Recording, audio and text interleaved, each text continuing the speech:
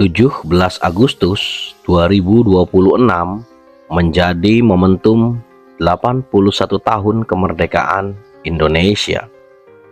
Tetapi kalau angka 81 dibaca melalui perspektif numerologi dan simbolisme spiritual, apa yang sebenarnya bisa kita renungkan?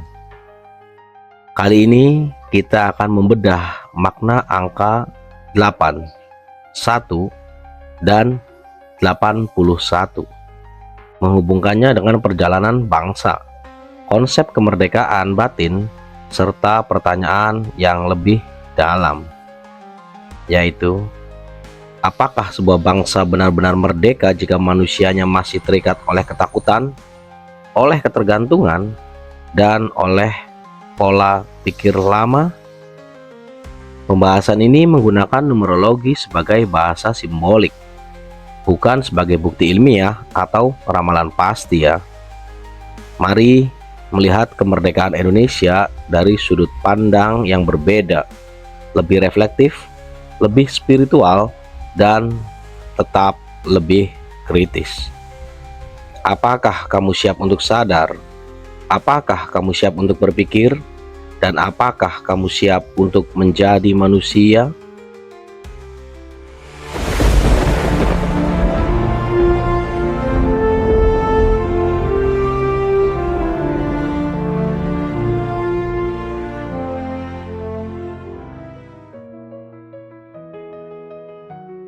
Bayangkan kita berhenti sejenak pada tanggal 17 Agustus 2026. Bendera merah putih berkibar, lagu kebangsaan terdengar, upacara digelar di berbagai tempat, dan kita kembali mengucapkan satu kalimat yang sudah sangat akrab. Indonesia sudah merdeka selama 81 tahun. Tapi pernah nggak kita bertanya lebih jauh? Apa sebenarnya arti 81 tahun kemerdekaan kalau dilihat bukan hanya dari sejarah, tetapi dari perjalanan kesadaran manusia? Karena mungkin kemerdekaan bukan cuma soal bebas dari penjajahan. Bisa jadi ada bentuk penjajahan lain yang jauh lebih halus. Bukan penjajahan oleh tentara, bukan oleh senjata, tetapi oleh ketakutan, pola pikir, ketergantungan, kebodohan, dan ketidakmampuan manusia untuk menentukan arah hidupnya sendiri. Dan menariknya, tahun ke-81 ini bisa menjadi momentum untuk membaca simbol angka tersebut melalui numerologi. Bukan sebagai ramalan mutlak, bukan pula sebagai bukti bahwa angka mempunyai kekuatan gaib yang pasti menentukan nasib sebuah bangsa. Numerologi lebih tepat kita gunakan sebagai bahasa simbolik untuk melakukan refleksi. Lalu, apa yang menarik dari angka 81? Disinilah pembahasannya mulai menarik.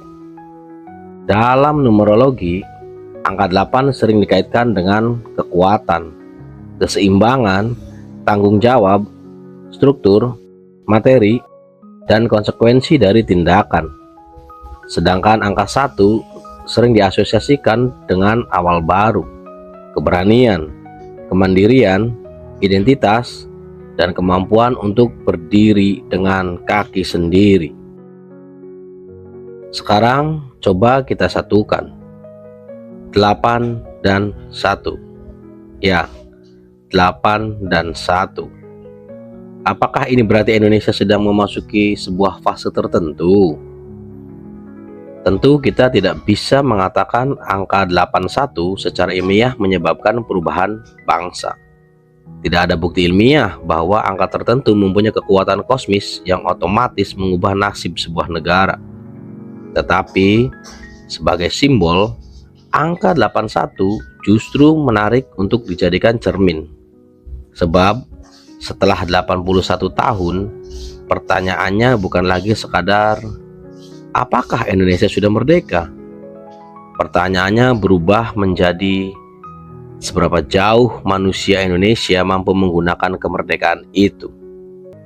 Dan pertanyaan kedua ini jauh lebih berat. Karena sebuah bangsa bisa jadi merdeka secara politik, tetapi masyarakatnya belum tentu merdeka secara mental. Coba lihat kehidupan sehari-hari. Berapa banyak orang yang sebenarnya takut menjadi dirinya sendiri? Takut berbeda pendapat, takut mempertanyakan sesuatu, takut dianggap aneh ketika berpikir di luar kebiasaan, takut kehilangan penerimaan sosial. Bahkan, kadang manusia rela menyerahkan keputusan hidupnya kepada orang lain yang hanya karena merasa lebih aman ketika mengikuti mayoritas. Kalau begitu, apa arti kemerdekaan? Disinilah makna spiritual kemerdekaan mulai muncul. Kemerdekaan batin bukan berarti manusia bebas melakukan apa saja, tapi justru sebaliknya. Kemerdekaan batin adalah kemampuan untuk memilih dengan sadar dan bersedia bertanggung jawab atas pilihan tersebut. Dan kalau kita kembali kepada simbol angka 1, ada satu kata yang sangat kuat, yaitu kemandirian.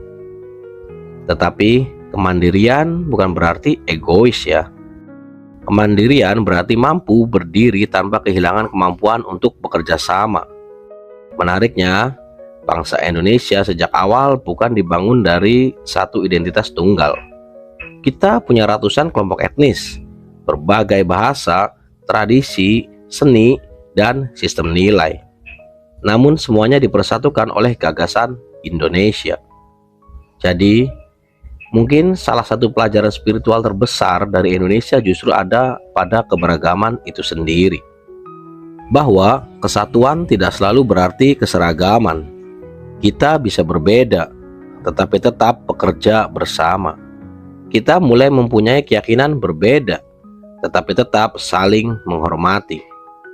Kita bisa mempunyai latar budaya berbeda, tetapi tetap merasa memiliki tanah air yang sama. Dan kalau kita bicara tentang angka 8, ada simbol yang menarik. Angka 8 sering divisualisasikan dalam bentuk yang menyerupai simbol tak terhingga ketika diputar secara horizontal, alias infinity, ketak terbatasan. Tentu ini bukan berarti ada angka 8 secara harfiah membuka portal dimensi tertentu. Itu adalah interpretasi simbolik ya. Tetapi sebagai metafora, ya cukup menarik. Sebuah bangsa yang berusia 81 tahun seharusnya tidak hanya melihat masa lalu, tapi juga menyadari bahwa perjalanan peradaban tidak pernah benar-benar selesai. Satu generasi selesai, generasi berikutnya melanjutkan. Satu masalah diselesaikan, masalah baru muncul. Satu zaman berakhir, zaman berikutnya dimulai. Seolah ada gerakan yang terus berputar. Dan disinilah angka 8 bisa kita gunakan sebagai simbol perjalanan yang terus berlangsung. Tetapi sekarang muncul pertanyaan yang lebih dalam. Kalau angka 8 melambangkan kekuatan dan keseimbangan, kekuatan seperti apa yang sebenarnya dibutuhkan Indonesia? Dan disinilah angka 8 bisa kita gunakan sebagai simbol perjalanan yang terus berlangsung. Tetapi sekarang muncul pertanyaan yang lebih dalam. Kalau angka 8 melambangkan kekuatan dan keseimbangan, kekuatan seperti apa yang sebenarnya dibutuhkan Indonesia? Apakah kekuatan ekonomi? Ya. Apakah teknologi? Tentunya. Apakah militer? Sangat penting. Tetapi ada suatu kekuatan yang sering tidak terlihat namun menentukan semuanya, yaitu kualitas manusia. Negara dengan sumber daya alam melimpah bisa tetap miskin kalau manusianya tidak mampu mengelola sumber daya itu. Negara dengan teknologi tinggi bisa tetap rapuh kalau masyarakatnya mudah dipecah oleh informasi palsu. Negara dengan kekayaan budaya luar biasa bisa kehilangan identitas kalau generasinya tidak lagi mengenal sejarahnya sendiri. Jadi, mungkin kemerdekaan terbesar bukan ketika kita mampu membeli lebih banyak barang, melainkan kita mampu menghasilkan lebih banyak manusia yang berpikir. Dan ini membawa kita kembali kepada angka 1. Ya, angka 1, yaitu individu, manusia. Karena perubahan bangsa selalu dimulai dari manusianya. Kita sering berharap Indonesia berubah dari atas. Kita menunggu pemerintah berubah. Kita menunggu sistem berubah. Kita menunggu ekonomi membaik. Dan menunggu pemimpin yang sempurna. Padahal, sejarah menunjukkan bahwa perubahan besar hampir selalu melibatkan manusia biasa yang mengambil keputusan luar biasa. Kemerdekaan Indonesia sendiri tidak lahir begitu saja pada 17 Agustus tahun 1945. Ada proses panjang, ada perdebatan, ada perbedaan pandangan, ada pengorbanan, ada keberanian, dan ada manusia yang bersedia mengambil risiko. Ketika kita memasuki tahun ke-81, mungkin pertanyaannya bukan siapa yang akan menyelamatkan Indonesia, tetapi manusia seperti apa yang sedang kita bentuk.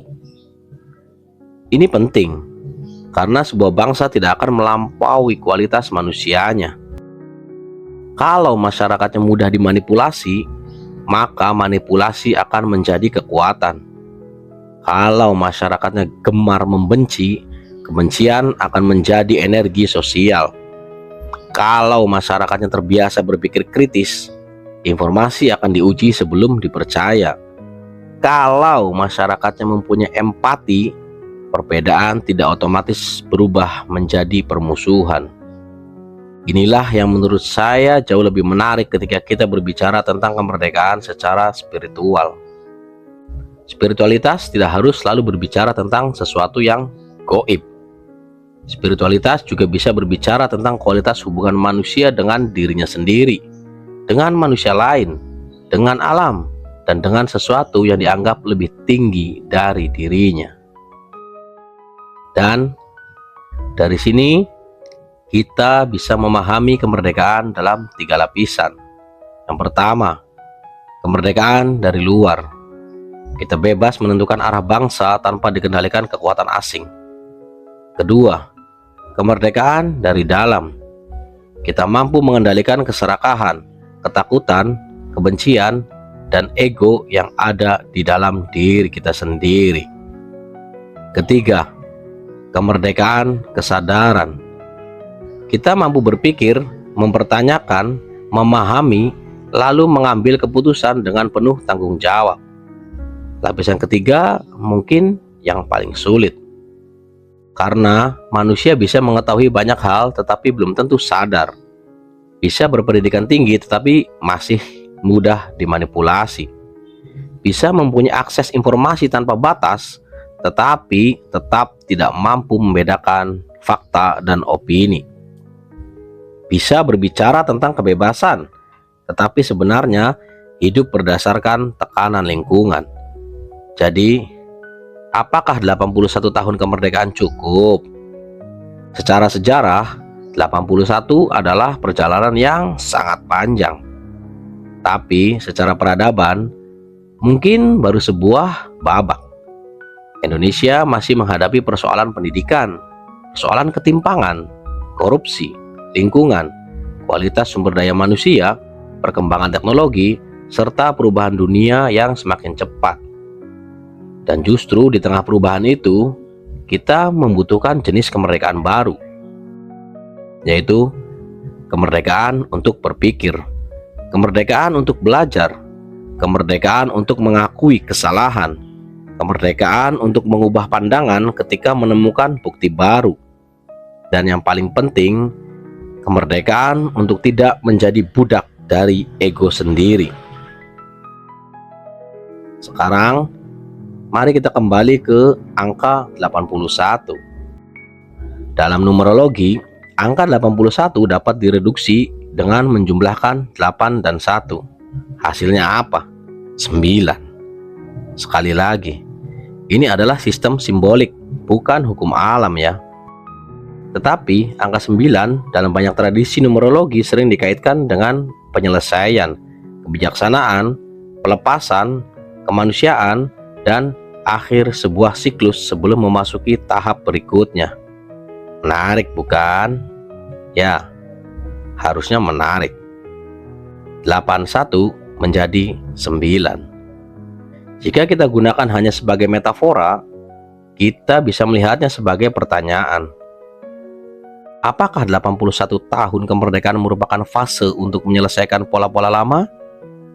Bukan berarti pada tahun 2026 semua masalah Indonesia selesai ya. Bukan berarti juga akan terjadi perubahan yang ajaib. Tetapi mungkin generasi kita sedang berada pada titik di mana pola lama mulai dipertanyakan. Cara belajar berubah, cara bekerja berubah, teknologi mengubah komunikasi, kecerdasan buatan mengubah pekerjaan, informasi bergerak dalam hitungan detik, dan generasi muda mulai mempertanyakan banyak hal yang sebelumnya diterima begitu saja. Perubahan seperti ini bisa menakutkan, tetapi bisa juga menjadi sebuah kesempatan. Karena setiap perubahan zaman selalu memiliki dua sisi. Di satu sisi, kekacauan. Di sisi lain, kemungkinan lahirnya sesuatu yang baru. Maka jangan heran kalau dalam masa transisi masyarakat sering merasa bingung. Identitas berubah, nilai berubah, cara bekerja berubah, hubungan manusia berubah. Bahkan cara manusia memahami dirinya sendiri ikut berubah. Tetapi justru di tengah kebingungan itulah kualitas kesadaran diuji. Apakah kita akan ikut arus tanpa berpikir? Atau belajar memahami arah arus? Apakah kita akan menjadi konsumen informasi? Atau menjadi manusia yang mampu mengolah informasi? Apakah kita akan terus mencari siapa yang harus disalahkan? Atau mulai bertanya apa yang bisa kita lakukan? Dan mungkin inilah makna terdalam dari kemerdekaan. Kemerdekaan bukan keadaan tanpa masalah. Kemerdekaan adalah kemampuan menghadapi masalah tanpa kehilangan kesadaran. Kita tidak harus sepakat dalam segala hal ya. Kita tidak harus memiliki keyakinan spiritual yang sama. Kita bahkan tidak harus menggunakan numerologi untuk melihat kehidupan. Tetapi kita bisa mengambil satu nilai yang universal, yaitu kesadaran.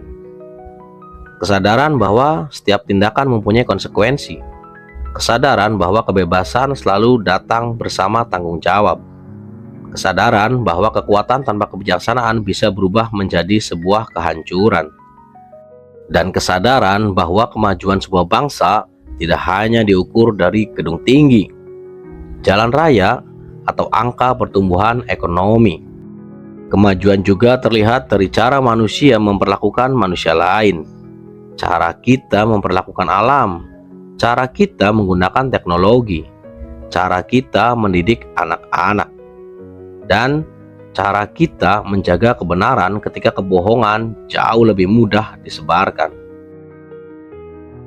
Jadi, ketika tanggal 17 Agustus 2026 kita melihat merah putih berkibar, mungkin kita bisa memandangnya dengan cara yang sedikit berbeda. Bukan hanya sebagai simbol bahwa Indonesia pernah merdeka, tetapi sebagai pengingat bahwa kemerdekaan adalah sesuatu yang harus dijaga. Karena kemerdekaan bisa hilang tanpa sebuah invasi. Ia bisa hilang ketika manusia berhenti berpikir. Ia bisa hilang ketika rasa takut mengalahkan keberanian. Ia bisa hilang ketika kebencian mengalahkan persaudaraan. Ia bisa hilang ketika masyarakat tidak lagi perlu terhadap kebenaran. Dan ia bisa hilang ketika manusia menyerahkan seluruh tanggung jawab hidupnya kepada orang lain. Maka, mungkin pesan simbolik angka 81 bukan tentang meramal masa depan Indonesia, melainkan tentang bercermin. Angka 8 mengingatkan kita tentang kekuatan dan keseimbangan. Angka 1 mengingatkan kita tentang individu, keberanian, dan awal baru. Dan 8 ditambah 1 menjadi 9 yang secara simbolik dapat kita gunakan untuk menggambarkan penyelesaian sebuah siklus dan kesiapan memasuki tahap berikutnya. Bukan ramalan, bukan kepastian kosmis, tetapi sebuah bahasa untuk bertanya. Dan pertanyaan itu akhirnya kembali kepada kita. Setelah 81 tahun, manusia Indonesia seperti apa yang kita lahirkan? Manusia yang hanya bangga karena lahir di Indonesia, atau manusia yang benar-benar berkontribusi untuk Indonesia? Manusia yang hanya menghafal sejarah, atau manusia yang memahami pelajaran dari sejarah? Manusia yang mudah diprovokasi, atau manusia yang mampu berhenti sejenak, memeriksa informasi, kemudian berpikir? Karena Indonesia masa depan tidak hanya dibangun oleh mereka yang mempunyai jabatan. Indonesia dibangun oleh jutaan keputusan kecil yang dibuat manusia setiap hari.